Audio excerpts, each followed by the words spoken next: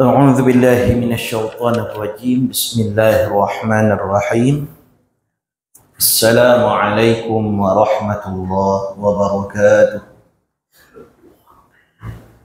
الحمد لله الذي أرسل رسوله بالهدى ودين الحق ليظهره على الدين كله وكفى بالله شهيدا أشهد أن لا إله إلا الله تقريرا به وتوحيدا وأشهد أن محمدا عبده ورسوله اللهم صل على محمد وعلى آل محمد يا أيها الذين آمنوا اتقوا الله حق تقاته ولا تموتن إلا وأنتم مسلمون.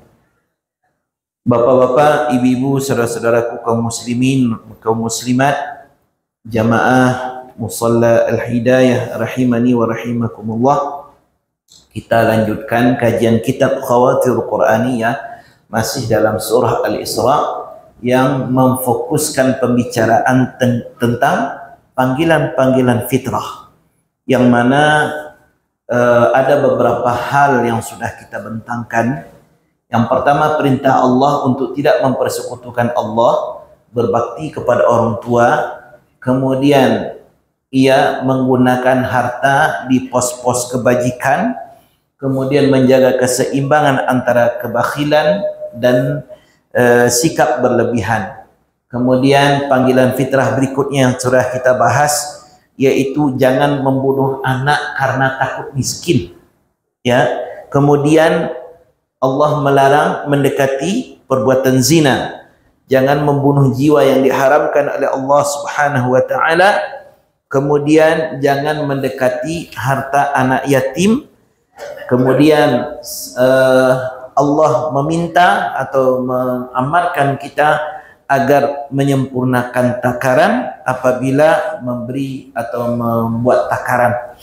Nah, selanjutnya panggilan fitrah yang akan kita sampaikan dari surah Al-Isra ini adalah di antaranya di ayat 36 dan 37. Di ayat 36, a'udzubillahi minasyaitonir rajim, wa la taqfu ma laysa laka bihi ilmun innas sam'a wal basara wal fuada kullu ulaika kana anhu mas'ula. Yang mana maksud daripada ayat ini, janganlah kamu mengikuti apa yang kamu tidak mengetahui pengetahuan tentangnya. Sesungguhnya pendengaran, penglihatan dan hati, semuanya itu akan Allah mintai pertanggungjawabannya. Maka Bapak Saudaraku, kita coba melihat kepada kitab-kitab tafsir yang ada. Misalnya dalam kitab Tafsir Al-Wajiz yang ditulis oleh Syekh Wahbah Az-Zuhaili, beliau mengatakan maksud daripada ayat ini adalah jangan kamu mengikuti sesuatu yang kamu tidak mengetahuinya, dan janganlah kamu ikut campur dalam hal yang tidak ada hubungannya denganmu. Boleh jadi ini adalah kita bertindaklah sesuai dengan kemampuan kita, bertindaklah sesuai dengan ilmu kita. Jangan sekali-kali masuk ke dalam ranah yang kita tidak mengetahui ilmunya sama sekali. Jadi Bapak Saudaraku kaum muslimin, sambungan daripada penjelasan beliau ini adalah sesungguhnya pada hari kiamat kamu akan bertanggung jawab di sisi Allah atas penglihatan, pendengaran dan hati yang kamu gunakan, baik dalam perkara kebaikan maupun dalam perkara keburukan. Dan anggota tubuh ini adalah amanah yang dititipkan Allah di sisimu. Masya Allah. Jadi Bapak Saudaraku, baik mata kita, pendengaran, hati, ini akan Allah juga mintai pertanggungjawabannya. Kemana mata ini kita gunakan, melihat kemana? Pandangannya untuk apa? Pendengaran ini mendengarkan apa? Masya Allah. Bahkan hati kita pun kemana terbetiknya, kemana kita arahkan, itu juga Allah mintai pertanggungjawabannya. Kemudian yang kedua, ya, yang boleh kita bawa pulang hari ini adalah yaitu di ayat 37, wala tamshi fil ardi maraha. Janganlah kamu berjalan di muka bumi ini dengan sombong. Innaka lan takhriqal arda wa lan tublaghul jibala tula. Karena kamu sekali-kali tidak akan dapat menembus bumi dan sekali-kali kamu pun tak mampu menggapai setinggi gunung. Bapak saudaraku kaum muslimin, kalau kita kaitkan ayat ini dengan surah Luqman, ya, juga di surah Luqmanul Hakim, salah satu nasihat kepada anaknya, ya, wala tamshi fil ardi maraha. Janganlah kamu berjalan di muka bumi ini dengan kesombongan. Kenapa diulang-ulangkan oleh Allah dalam perkara sombong ini? Karena ketahuilah Bapak saudaraku, penyakit atau namanya penyakit hati yang sifat sombong ini adalah sifat yang diwariskan oleh syaitan kepada manusia. Pelaku dosa sombong ini adalah syaitan pertama kalinya sejak Allah menciptakan makhluknya. Jadi yang pertama sombong adalah syaitan, diwariskan kepada manusia.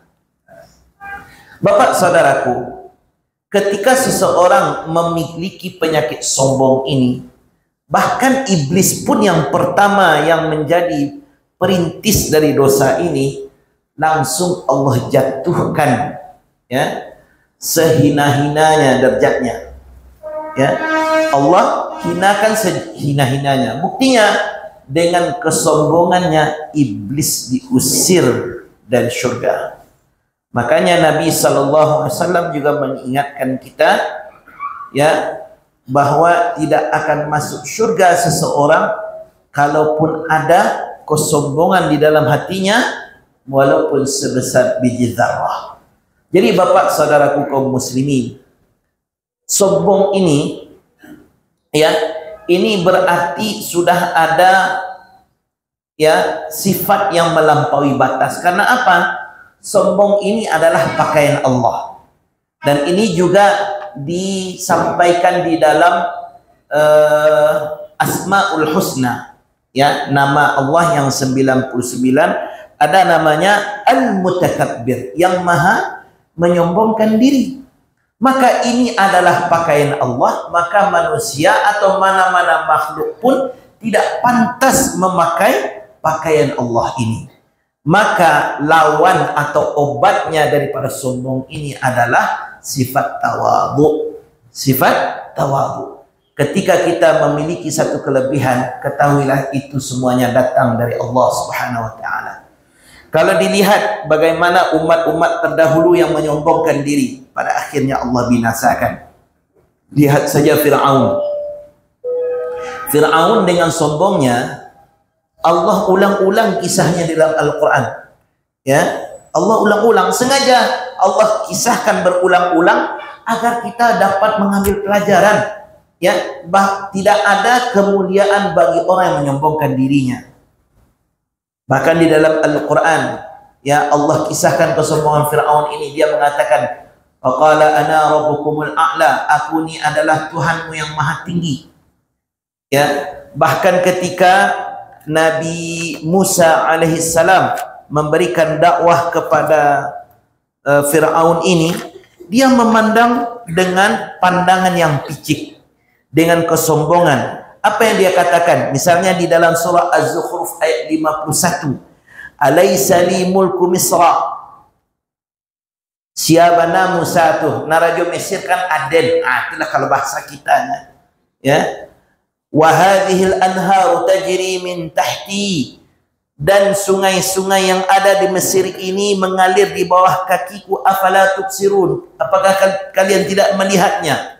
Bahkan dengan kesombongannya, Fir'aun mengatakan, am ana khairum min hadzal ladzi huwa mahin. Apakah saya lebih baik daripada orang yang hina ini? Yang dikatakan hina itu adalah Nabi Musa. Wala yakadu yubin, dan dia pun untuk bicara saja, ya, tidak jelas. Karena Nabi Musa memiliki satu kekurangan, yaitu tidak fasih dalam berbicara. Ya, maka dengan kelebihan yang dia miliki, dia berusaha menutupi kebenaran dengan kesombongan. Makanya wajar Nabi SAW mendefinisikan kesombongan itu dinamakan al-kibir, batarul haq wa ghamtun nas. Sombong itu adalah menolak kebenaran dan melecehkan orang yang menyampaikannya. Dan ini tersualah dalam surah Az-Zukhruf yang kita baca tadi. Ya, dia tolak kebenaran yang disampaikan oleh Nabi Musa, lalu dia lecehkan pula orang yang menyampaikan kebenaran itu. Ya, dan sampai-sampai dia memandang kalau memang dia adalah nabinya Allah, kenapa ya tidak dicukupkan materinya? Lihat di ayat 53 surah Az-Zukhruf, falaula ulqiya alaihi aswiratun min dhahabin. Ya, kalau dia seorang nabi, kenapa tidak dipakaikan kepadanya gelang-gelang dari emas? Nah, sampai segitunya. Karena dia, ya Fir'aun ini ya bergelimang dengan kemewahan yang ada. Bapak saudaraku kaum muslimin rahimani wa rahimakumullah. Makanya apa-apa saja yang kita laksanakan ini, atau yang kita dapatkan, atau yang kita nikmati, yang harus kita sadari bahwasanya ini semuanya adalah anugerah dari Allah Subhanahu wa taala, dan kita betul-betul yakin bahwa tidak ada yang mampu memilikinya kecuali Allah yang memberikannya. Ya, Allah yang memberikannya. Dengan itulah ada sifat tawadhu dalam diri kita. Ketika orang mendatangkan satu pujian kepada kita, cepat-cepat kembalikan kepada Allah. Jangan pernah ada hinggap pada diri kita. Apalagi di Minangkabau ini ada satu ungkapan kesombongan yang paling banyak merata ditutup ucap orang Minangkabau. Apa dia? Kata-kata kondak diden. Ya, itu ungkapan sombong tuh. Kondak diden ndak jadi orang, kondak diden ndak salamai, kondak diden ndak sekolah, ndak kondak diden. Ini adalah ungkapan sombong. Jangan pernah mengatakan kata-kata kondak diden nih Pak. Ya, karena ini adalah satu kesombongan yang Allah tidak suka, ya, dengan orang-orang yang suka membangga-banggakan diri. Inilah dua catatan dari surah Al-Isra yang bisa kita sampaikan pada kesempatan singkat ini. Yang pertama, jangan mengikuti hal yang tidak kita ada ilmunya. Yang kedua, yaitu jangan sekali-kali kita berjalan di muka bumi ini dengan kesombongan. Karena apa? Kita ini lemah di hadapan Allah. Untuk menembus bumi saja kita tidak bisa. Kita pun tidak bisa, ya, menggapai tingginya langit. Ya, di atas langit ada langit. Ya, di atas kita yang pintar ada yang lebih pintar. Di atas yang kaya ada yang lebih kaya. Di atas yang ya kuat ada yang lebih kuat. Ya, kalau boleh jadi Bapak, Ibu-ibu, ya, jadi kalontong, sasombong-sombong lontong, di atas lontong ada sayuannya. Sombong pula sayuannya, di atasnya ada karupuannya. Nah, ini dari situ saja kita bisa mengambil pelajaran, ajan sombong wak jadi orang. Demikian saja lakum minni hubbu du'a, subhanakallah wa bihamdika, asyhadu an la ilaha illa anta, astaghfiruka wa atubu ilaik. Assalamualaikum warahmatullahi wabarakatuh.